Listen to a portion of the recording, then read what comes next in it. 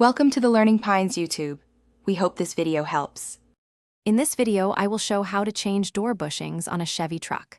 First, gather your essential tools: a hammer, a punch, and your new door bushings.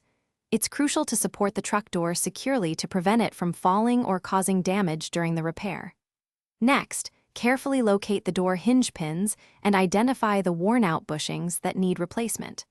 Always remember to wear appropriate safety gear, such as gloves and eye protection, to ensure a safe working environment throughout the entire process.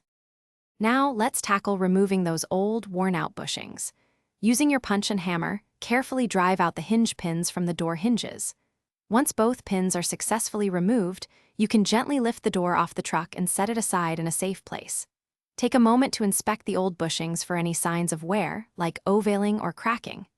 If any old bushing material remains, use a drill bit, typically 1/4 inch, to clear it out completely. With the old bushings gone, it's time for the new ones.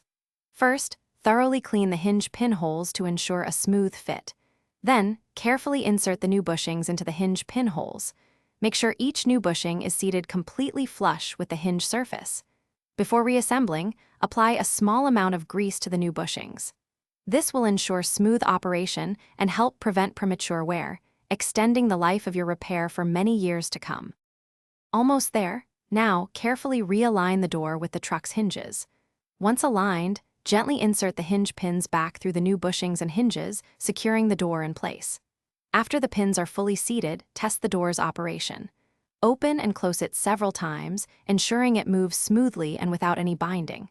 Finally, check for any remaining play or looseness. If everything feels solid, you've successfully changed your Chevy truck's door bushings. Thanks for watching. Consider subscribing if we helped you.